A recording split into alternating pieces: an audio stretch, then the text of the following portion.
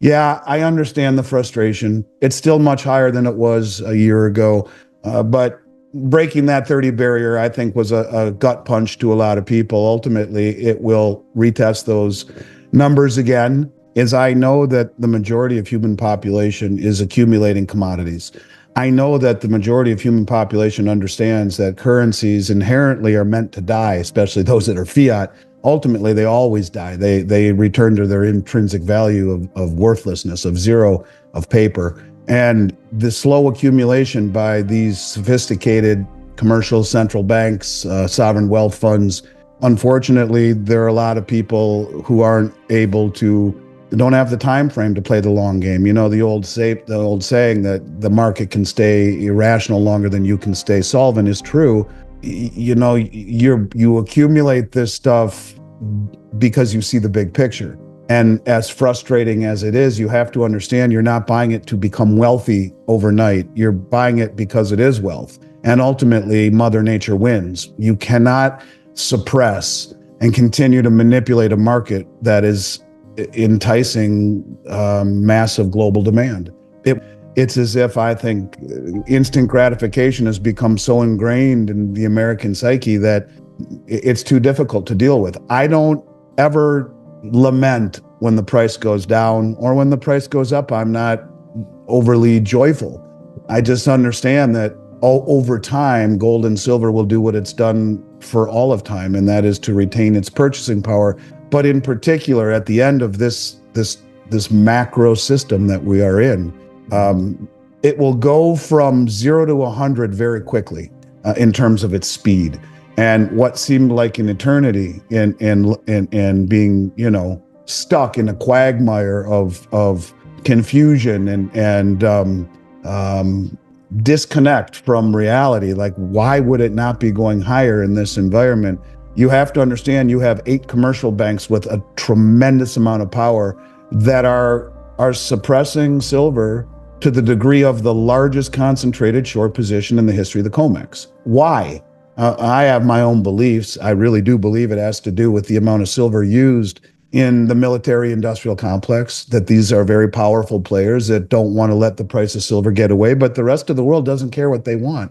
And when you see India and China doing what they are doing, using the suppression of price to accumulate and continue to drain and to do it methodically, it will reach a point where the realization of being on the wrong side of this trade is a death sentence.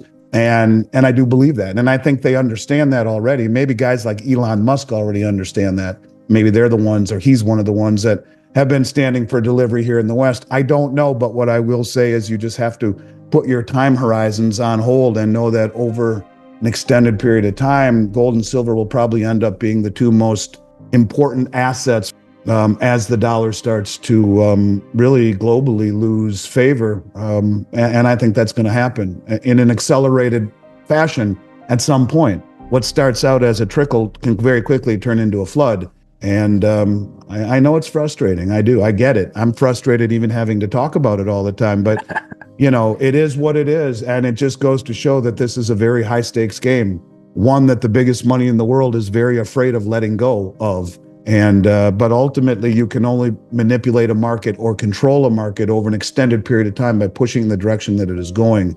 And you have the majority of human population pushing back against the West right now. So yeah, it's a dangerous game for these commercial banks who are naked short. It's no secret that the majority of the global population is slowly but surely accumulating commodities, particularly precious metals like gold and silver.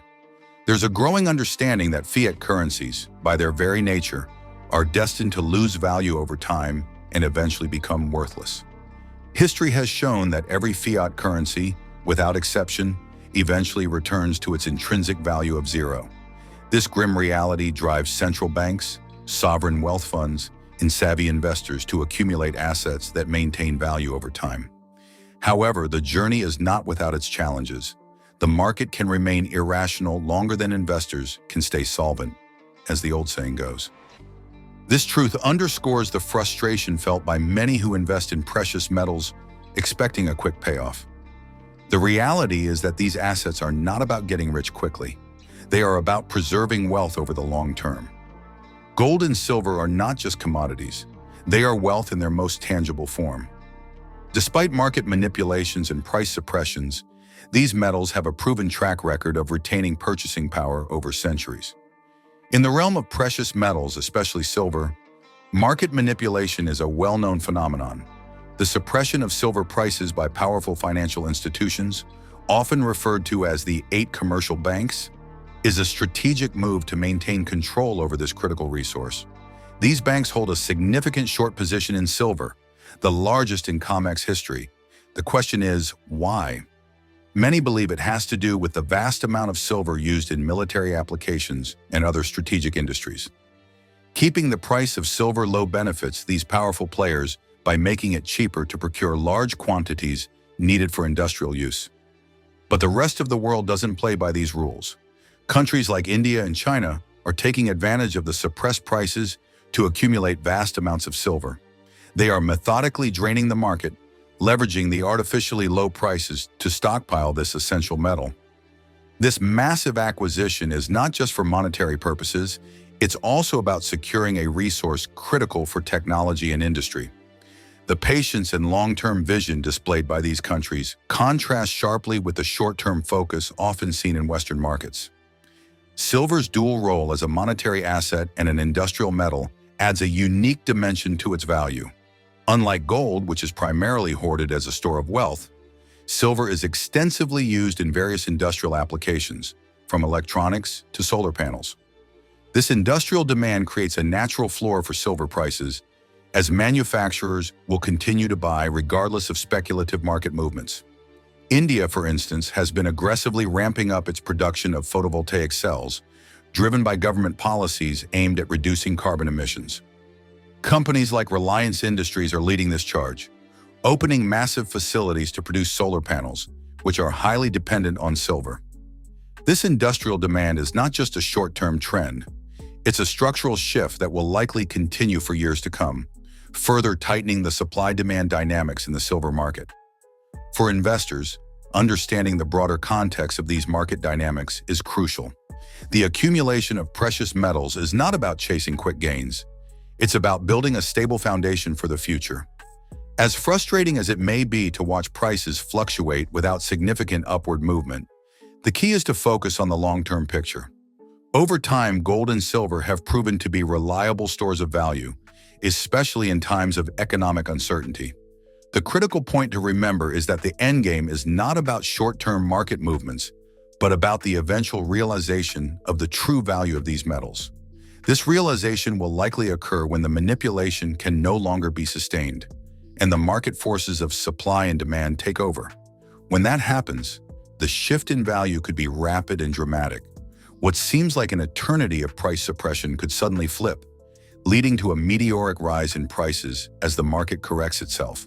The massive acquisition of silver that we see coming out of China and India cannot be ignored. And why would they bitch about it if they're the ones doing all the accumulation? And they are. And, you know, there was some interesting revelations that came out of some interviews that Chris Marcus has done recently, and Vince Lancy, with some mining executives who are talking about the fact that China is buying unrefined silver concentrate from Latin American refiners and miners. This is something that's really rarely, if ever, done, and it is typically only done in times of very acute supply-demand imbalances. It's the way they talk about it. And that they are way overpaying by many, many times the amount that for each ton of unrefined silver that the West would pay for it. And they're bringing it home to China, refining it there. It has no impact on the price of silver. I think it gives pause in terms of price.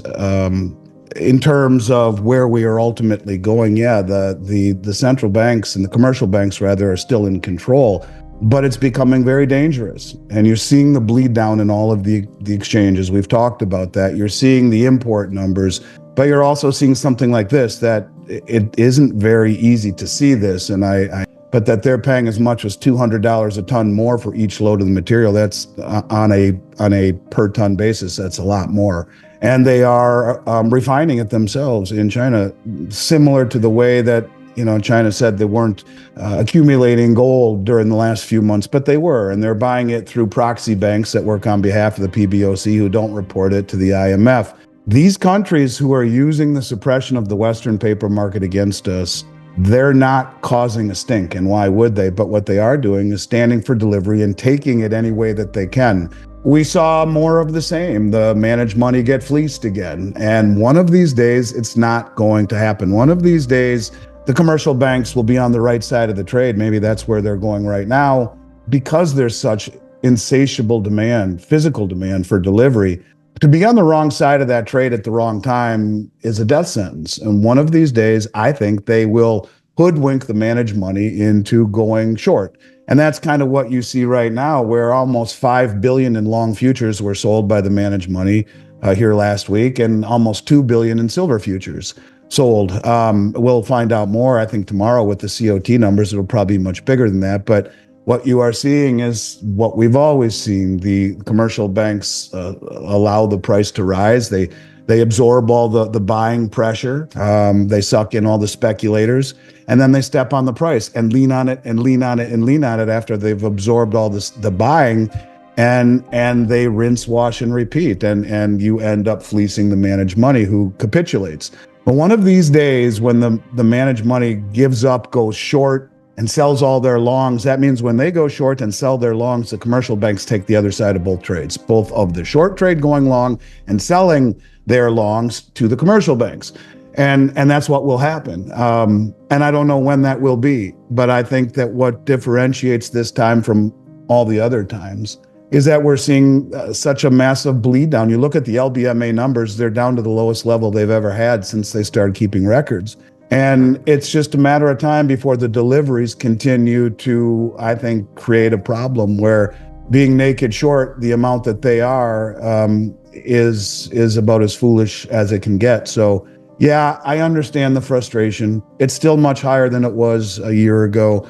But breaking that 30 barrier, I think, was a gut punch to a lot of people. Ultimately, it will retest those numbers again. China's role in this scenario is particularly intriguing. The country has been discreetly buying unrefined silver concentrate from Latin American countries, a move that's virtually unheard of unless there are significant supply-demand imbalances. Reports suggest that China is paying a substantial premium, up to $200 more per ton, for these unrefined materials compared to what Western buyers are willing to pay. This willingness to overpay indicates a strategic urgency in securing silver supplies. China's approach mirrors its strategy with gold, where it has been quietly accumulating reserves through proxy purchases that are not immediately reported to the International Monetary Fund, IMF. This method allows China to build its reserves without causing a stir in the market, thereby keeping prices lower for longer. It's a savvy strategy, using the West's suppression tactics against them by buying up precious metals at artificially low prices. The current state of the precious metals market can be likened to a pressure cooker. The more these markets are manipulated and suppressed, the greater the eventual breakout will be. The massive bleed down in physical inventories at exchanges like the LBMA and COMEX suggests that the system is under immense strain. These inventories are at historically low levels, and the continued demand for physical delivery is pushing the market towards a tipping point. At some juncture, the commercial banks that have been playing this high-stakes game of shorting silver will find themselves on the wrong side of the trade. The moment they can no longer meet the delivery demands, the market will realize that the emperor has no clothes. Prices could skyrocket as the reality of the physical shortages becomes apparent. This scenario is not a question of if, but when. The fundamental market forces cannot be held back indefinitely, and when they do break free, the resulting price discovery could be explosive. For our viewers, the takeaway is clear. Patience and foresight are essential. The world is changing rapidly, and the traditional financial systems are under unprecedented stress. As the global economy grapples with the challenges of currency devaluation, geopolitical tensions, and the shift towards digital currencies, gold and silver stand out as beacons of stability. Investing in these metals is not just about preserving wealth, it's about positioning oneself for the future. Whether you're a seasoned investor or new to the world of precious metals, The key is to stay informed and not be swayed by short-term market fluctuations.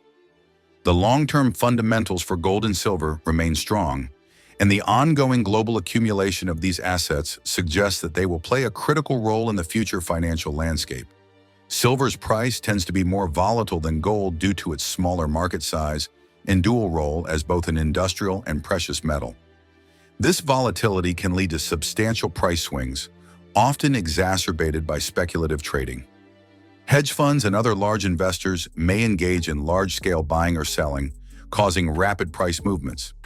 Despite this volatility, the long-term trend for silver remains bullish, supported by strong fundamentals and growing industrial demand. One of the most significant factors influencing the future price trajectory of gold and silver is the potential for a revaluation of these metals. As global debt levels continue to rise and the efficacy of fiat currencies comes into question, there is increasing speculation that a new financial system backed by tangible assets like gold and silver could emerge. If such a system were implemented, the value of these metals would likely be reassessed at much higher levels than currently observed, reflecting their true intrinsic value. This potential revaluation represents a significant upside for investors holding physical gold and silver. In conclusion, the current environment presents a unique opportunity for those who understand the underlying dynamics of the precious metals markets. While it can be frustrating to see prices suppressed and manipulated, remember that these are temporary conditions. The long-term trajectory for gold and silver is upward, driven by fundamental demand and the inevitable breakdown of the fiat currency system. Thank you for joining us in this deep dive into the world of gold and silver. As always, we encourage you to stay curious, stay informed, and stay strategic. The future is uncertain, but with the right knowledge and preparation, you can navigate these changes successfully. Let's continue to explore the value of precious metals in this rapidly evolving world and secure a prosperous future for ourselves and the generations to come. Whether you're an investor, a policymaker, or just someone interested in global economics, these are exciting times, filled with opportunities and challenges alike. Remember, in the end, the patient investor often has the last laugh.